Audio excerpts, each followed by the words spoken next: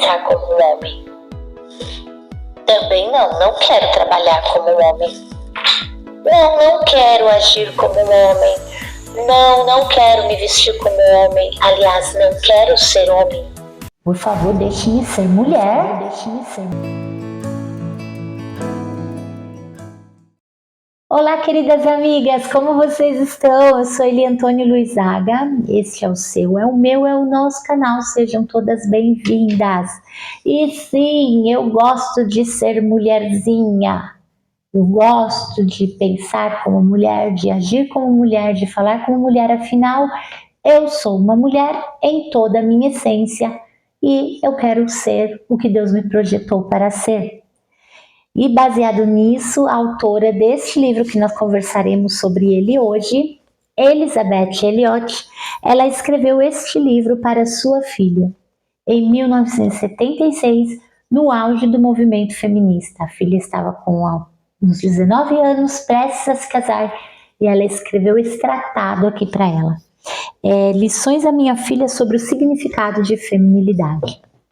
Antes de eu prosseguir, lembrar vocês todos os nossos livros, indicações de livros aqui do canal é feito em parceria com a Cantares Presentes, a loja de artigos evangélicos aqui em São Caetano do Sul. A Fabi, as meninas lá te receberam muito bem, vai lá, vou deixar endereço, arroba, tudo aqui, até site, elas também podem aí enviar, dependendo da região que você tá. E aqui estou estreando a playlist com vários livros dessa autora que você vai encontrar lá na Cantares. Queria aqui começar por esse, porque eu tenho que falar um pouquinho dela, então esse vídeo pode ficar um pouquinho mais longo, né? Pra não falar estendido. Vai ficar um pouquinho mais longo porque eu vou falar um pouquinho dela até chegar nesse livro aqui, vocês vão entender como tudo conversa, tá? A Elizabeth Elliot, ela nasceu em 21 de 12 de 1926. Filha de pais missionários, ela teve mais 5 irmãos e ela nasceu na Bélgica, porém ela tinha uns meses de vida quando a família se mudou para Pensilvânia e foi morar nos Estados Unidos com a sua família. E ali ela cresceu, estudou. É interessante porque já na época ela já tinha um chamado missionário também, então ela foi se capacitar, ela foi, é tão maravilhoso, né, quando já de jovem você já sabe o que quer, já direciona a sua vida, ainda mais para uma causa como essa, que são as missões, né, é assim admirável. E ela estava estudando grego clássico na faculdade para melhor traduzir a Bíblia, do Novo, principalmente o Novo Testamento, claro. Ela queria fazer essa tradução, ela tinha um chamado já para trabalhar, ela já sabia que ela queria trabalhar ali com os índios, né, no Equador, enfim, já tinha tudo aí meio que planejado e pensando na possibilidade de traduzir os livros lá para aquele dialeto, né, para aquele idioma, ela pensou, vou aprender o grego clássico, porque a Bíblia foi escrita, né? O Novo Testamento foi escrito no grego clássico, então eu vou aprender para conseguir um melhor resultado na tradução. Então, gente, o livro ela vai falar de submissão a Deus, ao esposo. Apesar dela ter esse entendimento profundo, não é uma pessoa que deixou de se capacitar, não deixou de fazer o chamado que ela tinha para fazer, porque o Senhor tem um chamado para cada uma de nós, certo? Então ela foi missionária, ela foi tradutora, ela foi escritora, escreveu muitos livros, muitos mesmo. Eu já comecei a dar uma folheada na seguinte leitura que eu vou fazer para essa playlist. Gente, é ouro o conteúdo dessa mulher. Palestrante, enfim, uma mulher fantástica. E olha que interessante a história dela. Ela estava em Quito, já havia conhecido o que seria o seu esposo, né? Que ele também estava em missões também para lá, já se conheciam da faculdade, dos estudos que eles fizeram de preparo, né? Para o campo. E uma vez lá, eles acabaram se casando em Quito, que era ali onde eles iam cumprir a missão deles. E aí, acho que um pouquinho depois nasceu a sua filha Valéria, tá? E eles foram para o leste do Equador para evangelizar um povo, que era o povo, tem que escrever, porque senão eu não consigo falar, o Aorani, que é o povo Auca. Acho que é isso, a UCA ou ALCA, me desculpem, gente, né? Porque a pessoa não sabe o idioma. Eles foram para o leste para evangelizar esses índios e a bebezinha dela estava também, tipo, com meses e o esposo dela foi morto à lança, com mais outros missionários por esses índios que ele foi evangelizar. Aí você fala, nossa, meu Deus, ela foi embora, né? Não, gente, ela continuou ali mais 2 anos, evangelizando o mesmo povo que os líderes da tribo do povo que ela evangelizava, os líderes haviam mandado matar o esposo dela. E com a filha pequena. Então, você fala, gente, que impressionante, né? Que mulher de propósito, né? Assim, eu me coloco no lugar dela e fico imaginando a situação. Enfim, ela saiu de lá, voltou para os Estados Unidos, e depois de uns 2 anos ela voltou com a filha lá e morou com o povo mais um bom tempo. Deram até um nome para ela na época, né, da tribo. Ela fazia parte da tribo e a filha dela cresceu nesse ambiente até uma certa idade, quando ela retornou, né, para os Estados Unidos. E aí, a vida dela seguiu, a filha dela cresceu e a filha dela estava prestes a se casar, quando Elizabeth resolveu escrever lições à minha filha sobre o significado da feminilidade. Então, se até aqui a história dela é fantástica, né? Para pegar um livro como esse, a gente lê assim, a gente fica pensando, meu Deus, que o Senhor levante mais mulheres como ela para falar com a gente. Tem o prefácio aqui de 76, tá bom? Mas o livro, né, sofreu alguns adendos aí, né? A apresentação, a editora Fiel publicou recentemente aqui no país, tá?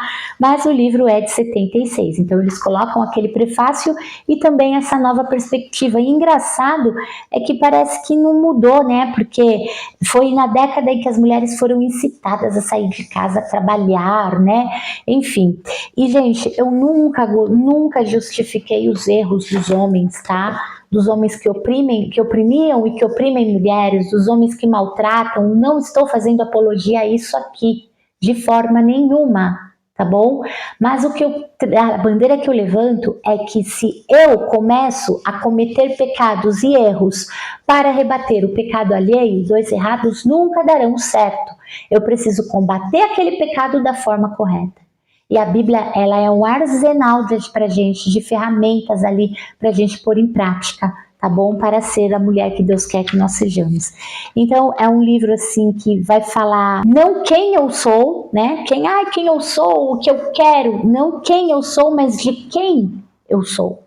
E se eu falo que eu sou de Cristo, que eu sou serva de Deus, então eu tenho que me guiar pelo que a Bíblia me conduz. Ela conta no capítulo 4 que eles não pensavam em ter uma filha, eles queriam um menino, né?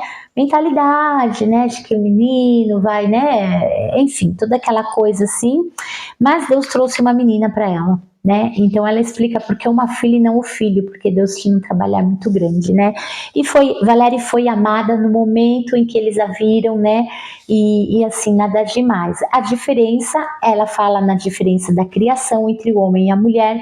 Ela vai falar sobre o orgulho, que ele é como se fosse uma água viva, né? Então aquela coisa que machuca mesmo. E existe o tipo certo de orgulho? Sim, ela fala assim que é a fé na ideia de que Deus teve ao nos criar. Então, se eu me orgulho em algo, eu me orgulho de Cristo. Aí eu lembro de Paulo, né? Sede meus imitadores, como eu sou de Cristo. Não se trata de imitar o que eu estou fazendo, é imitar a minha vontade, o meu desejo de imitar a Cristo mais, mais e mais. Né? O meu ímpeto, as minhas ações nesse sentido.